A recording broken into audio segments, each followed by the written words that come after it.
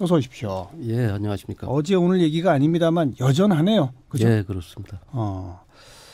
그리고 다주택자에다가 또 강남에 집이 있고 이런 사람들은 당연히 1년 전에 비해서 재산이 늘어나는 거 당연한 거 아니겠어요?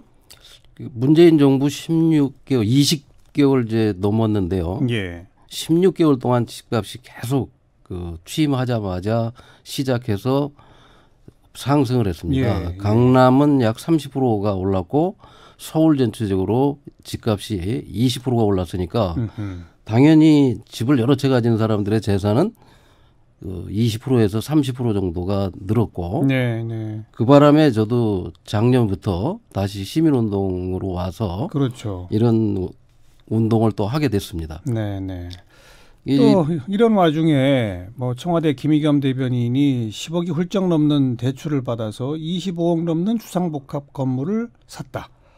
본인은 뭐 그 청와대 퇴직한 후에 거기서 살려고 뭐 또 상가 임대해서 수익을 좀 얻으려고 이렇게 산 것이다라고 해명했는데 우리 본부장께서는 어떻게 평가하십니까? 요건은? 저도 뭐 오늘 그 해명도 들었고 했는데 만약에 그분이 청와대 가기 전에 그런 걸 샀다든지 또는 청와대를 나와서 했다든지 하면 좀 다르게 볼 수 있지만 네, 네. 가장 집값이 폭등하던 작년 8월 달에 정부가 내놓은 대책들이 6번, 7번 실효성이 없는 대책으로 집값이 폭등하는 그 시기에 그 복합 건물로 재개발이 되면 집 두 채에 상가 하나를 받을 수 있는 그런 작은 건물주가 된 거죠. 네, 네. 청와대 대변인 하기 전에 기자 생활을 하셨고 그렇죠. 뭐 돈을 많이 빌려서까지 그런 투자를 했다는 것은 결국 일반 서민들이 보면 부동산 값이 계속 오를 거를 알거나 부동산으로 재산이 더 증식될 거라는 믿음 때문에 네. 노후 대책으로 그런 것을 과감하게 돈을 빌려서 할 수 있었던 거 아니냐.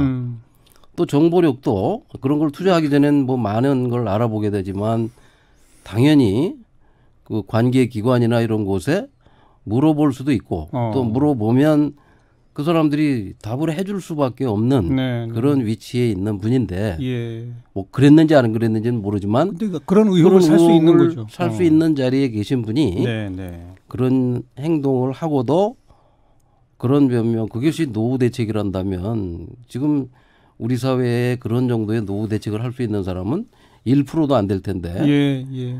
그거야말로 그 해명이 미진하다고 봅니다. 네.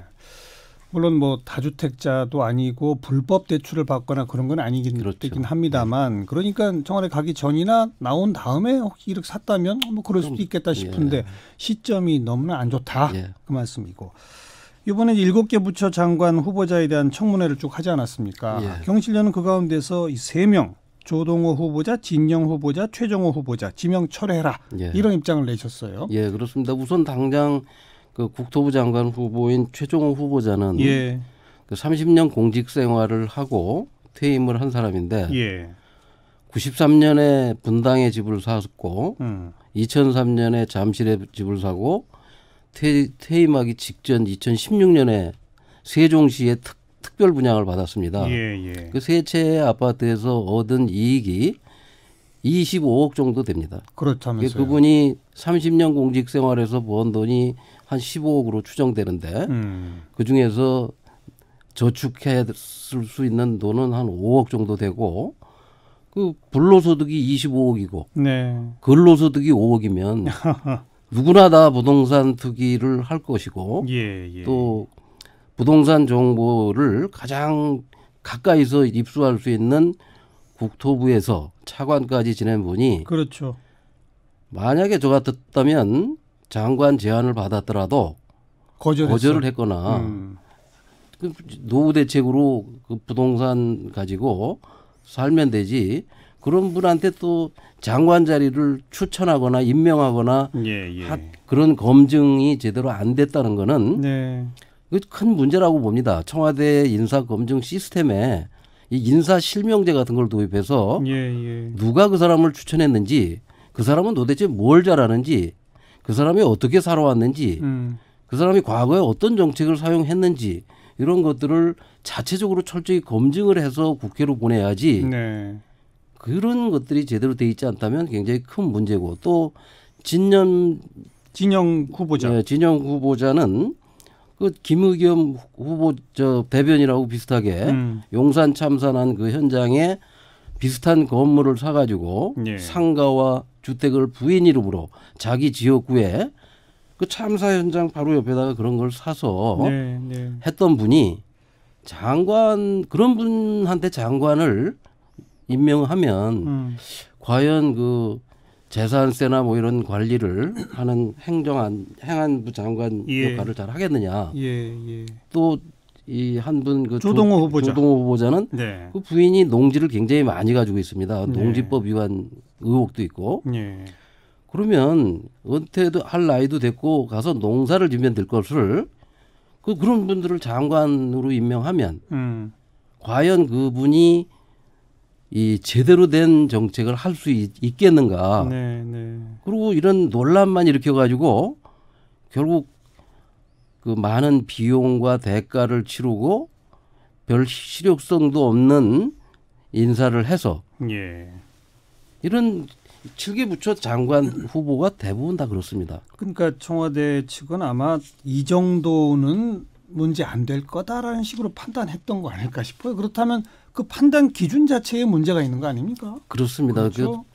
이걸 인사를 담당하는 그 조국 수석 같은 경우도 네. 재산이 뭐 어제 밝혀진 걸 보면 약 45억 정도 된다고 하는데 예. 신고액은 공시가격이기 때문에 맞아요. 실제 가격으로는 90억, 100억 정도의 부동산을 가지고 있는 분들이거든요. 네, 네. 그 90억, 100억 정도의 부동산을 가진 분들이 볼 때는 이 정도 이 7명의 후보를 평균해 보니까 이 공시가격 신고액으로는 25억 정도 되고 실제 가격으로는 한 36억 정도 됩니다. 평균 예. 부동산만. 예.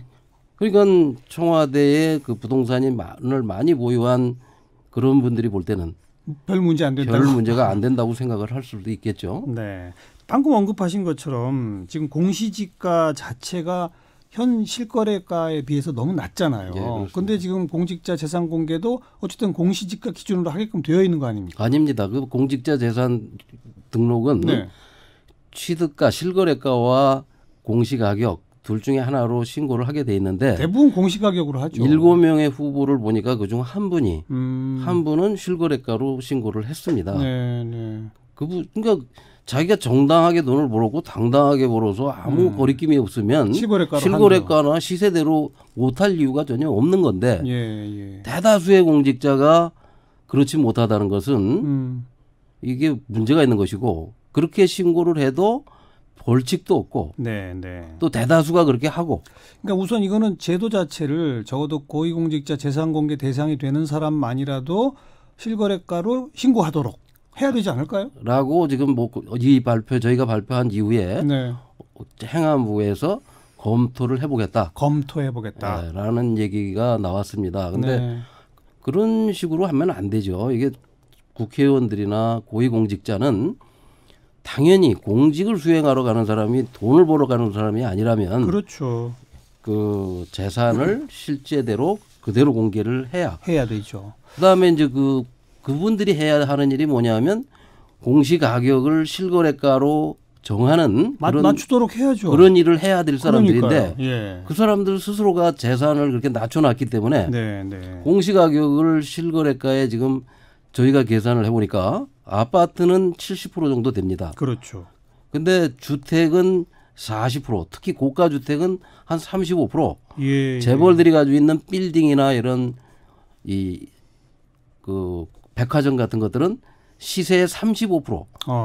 그래서 예를 들어서 재벌 4억은 아파트를 가진 사람들보다 재산세, 보유세를 절반밖에 안 내고 있습니다. 이 공시지가를 가지고 세금의 기준을 삼으니까. 예, 그렇습니다. 그런 거죠. 부자들한테 세금을 더 깎아주는 거 아닙니까, 사실? 14년 동안, 2005년부터 14년 동안 부자들은 이 보통 아파트 하나 가진 사람들보다 세금을 절반 정도밖에 안 냈고 그걸 저희가 그 계산을 해보니까 1년에 5조씩 해서 약 70조 정도 세금을 깎아주더라고요. 이거 엄청난 일이죠. 그래서 그걸 감사원에 저희가 감사 청구를 했고 감사원에서 아직 별 답이 없는데 이 감사원 감사 청구뿐 아니라 검찰 고발까지도 지금 법적 검토를 하고 있습니다. 검찰 고발도. 뭐 그나마 정부가 지금 공시지가를 좀 현실화하겠다면서 올해 뭐 전국 평균으로 한 10%가량 이렇게 올리지 않았습니까? 작년에 20%가 올랐는데 10%, 15%를 올린다는 거는 오른 것만큼도 안 올리는 것이 돼서 저희가 지금 계산을 하고 있는데 아파트 같은 경우 공시가격이 68% 정도 되는데 정부 스스로 밝힌 고가 주택은 52%다. 16%가 낮죠. 근데 52%라고 정부가 해서 근거를 제시해봐라. 우리가 계산하면 35%인데 어떻게 나온 거냐 했더니 근거 제시를 못하면서 못해요. 그래서 그것도 저희가 행정소송을 해서 그 자료를 받아낼 겁니다. 네. 지금 이제 정책 과제로 주신 게 고위공직자는 실거래가를 신고하도록 하자. 그리고 공시지가 실거래가에 맞추도록 지금보다 훨씬 빠른 속도로 제대로 현실화시켜야 한다. 그런 거죠. 그렇습니다. 그걸 대통령이 총리가 여당 대표가 그런 걸 해야 하는데 그분들이 그런 걸 할 생각을 하지 않고 본인들 재산부터 이렇게 축소 신고해가지고 이 재산이 많음에도 불구하고 적은 것처럼 감추려고 하고 있습니다. 그리고 경실련은 박원순 서울시장한테 공시지가 불평등 문제 해결에 나서라 했는데 특별히 박원순 시장한테 이렇게 요구한 이유는 뭡니까? 저희가 2011년 그분이 당선이 되고 2012년에 만나서 같은 시민운동가 출신 서울시장이 됐는데 시장으로서 이거부터 해결을 하십시오 했더니 그렇게 하겠다고 했습니다. 그래서 이 공무원들이 또 말을 안 들을 것 같아가지고 서면으로 우리가 공문을 보냈고 서면으로 그렇게 하겠다고 답변을 받았어요. 그런데 그걸 잊어버렸는지 안 하고 있어요. 안 하고 있었어요. 그래서 다시 2014년 재선된 다음에 직접 만나서 또 얘기를 했어요. 그랬더니 서울시 공무원들이 국토부를 찾아가서 이렇게 좀 해줬으면 좋겠다 하고 공문만 보내거나 했을 뿐 이것을 바로잡아야겠다는 의지를 보이질 않았고 그 결정권은 어쨌든 국토부가 갖고 있는 건가요? 국토부가 그 표준지를 결정할 권한을 가지고 있고 행안부가 결정하죠. 그다음에 이 자치단체장, 구청장, 구청자들이 개별 필지를 결정하는 권한을 가지고 있습니다. 근데 그 서울시장이 얼마든지 국토부가 만든 것이 잘못됐으면 잘못됐다고 얘기할 수도 있는 것이고 국무회의 참석해서 대통령에게 이건 잘못됐으니 바로 잡읍시다. 이런 얘기를 할 수가 있는데 그런 걸 한 번도 한 적이 없어요. 그 박근혜 대통령 때는 자기가 야당 시장이었으니까 말을 안 들어줄 것 같아서 안 했다면 지금은 가서 얼마든지 할 수 있지 않겠는가. 그래서 조만간 한번 다시 만나서 이걸 좀 알겠습니다. 해달라. 오늘 쭉 말씀 들어보면 결국 부동산 정책을 좌지우지할 법을 만들고 그걸 집행하고 할 국회의원, 고위공직자 이 사람들 스스로가 부동산에 재산 증식 올인을 하고 있으니 그러니 정책 개선이 안 되는 거다. 그렇습니다. 그 말이군요. 정말 답답한데 시민들께 이렇게 알려서라도 문제를 해결하도록 노력하려고 합니다. 답답한 마음입니다. 오늘 여기까지 말씀드릴게요. 경실련의 부동산 건설 개혁운동본부 김헌동 본부장이었습니다. 고맙습니다. 네, 감사합니다.